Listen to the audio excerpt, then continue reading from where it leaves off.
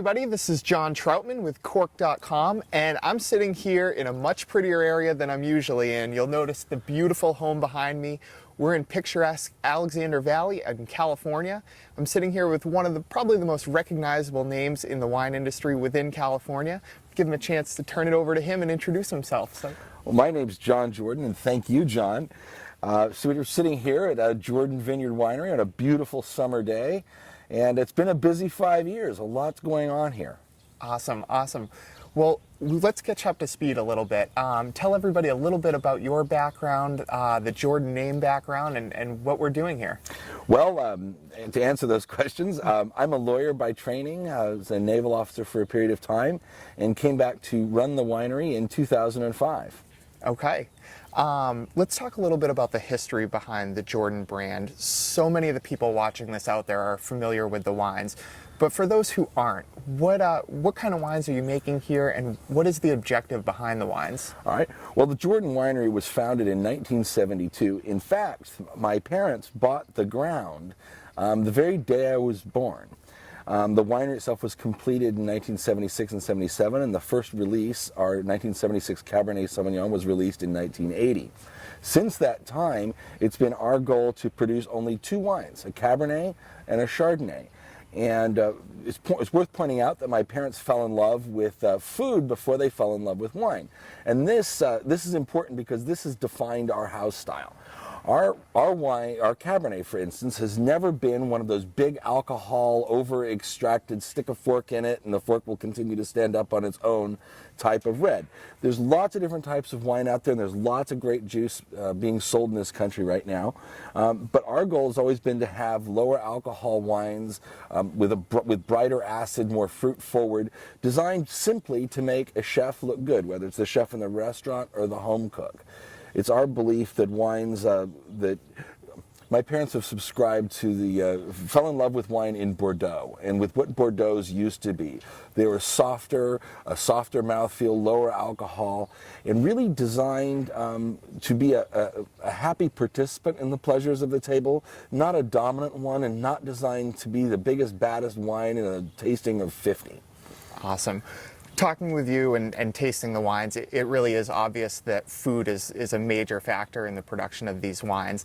It also seems to be a major factor within the estate here. Talk a little bit about a new project that you have going on that revolves around food. Well, we just completed one. In fact, we just built a wood-fired oven, a Mugnini wood-fired oven. It's not a pizza oven. You can do all kinds of things with it, whether it's from chicken to fish, and of course, pizzas and flatbreads. It's an authentic oven from Italy, and we built a little structure for it that looks very much like a miniature of the Jordan Winery. This is a tool that our culinary staff really wanted. As you pointed out, food is a big part of what we do here, and it's a big part of our house style and just who we are as a company. And we look forward to sharing that with a lot of our guests, both trade and consumer. Awesome. So, you covered that. Food is obviously very important to you, and a lot of people get to come through here every year. I know we have visitors that are staying here right now that are, experiencing the Jordan tradition.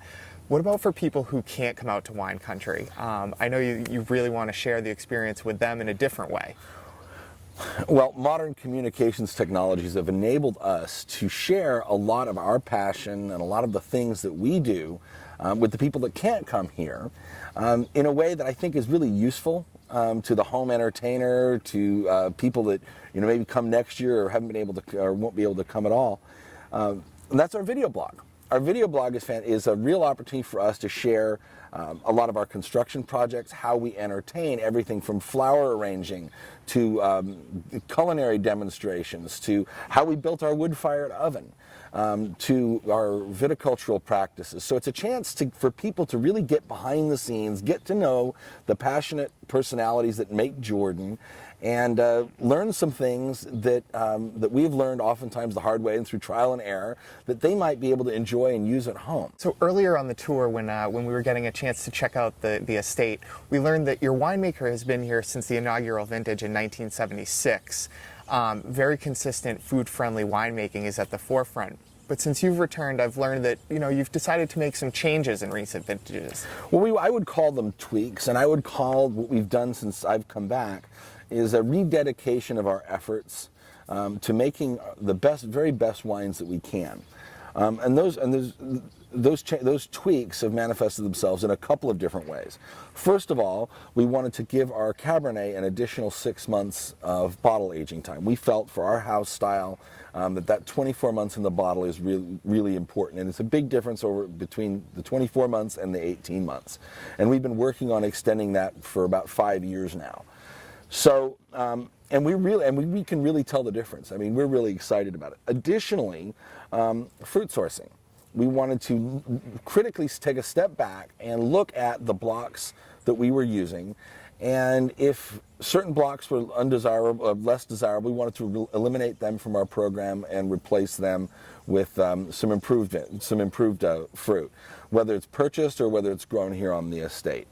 And lastly, and perhaps the most fun part, is utilize, and I like technology and all things gizmo, but one of the things that we've done that we're really excited about is using technology to improve our farming practices and make them more precise. For example, we used resistivity analysis on all of our blocks, and I'm sure as you can appreciate, drainage and soil type do not match perfectly with the shape and size of each block. So we've created maps, very, very detailed maps, both soil type and drainage, almost down to like within 5, 6 feet. And what this enables us to do in terms of product quality is more precisely farm each block using the resistivity maps and GPS, so that we can manage our farm, do our husbandry practices and modify them almost down to the row.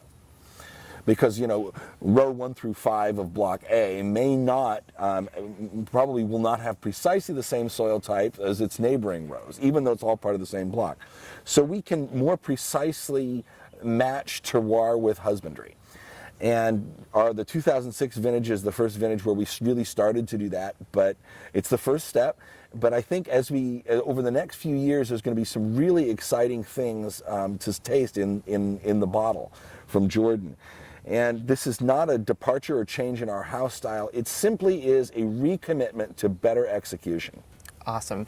It's awesome to hear that a well-known, well-established brand name like yours is refusing to rest on its laurels, and it continues to look to improve. We have some of the most beautiful property here in Sonoma that America has to offer. So, John, thank you so much. This has been awesome. We're going to hop into the winery and do a little bit of a library tasting, which should be fun. So sure will be. Great. Nice. Thank you, John. Thank you.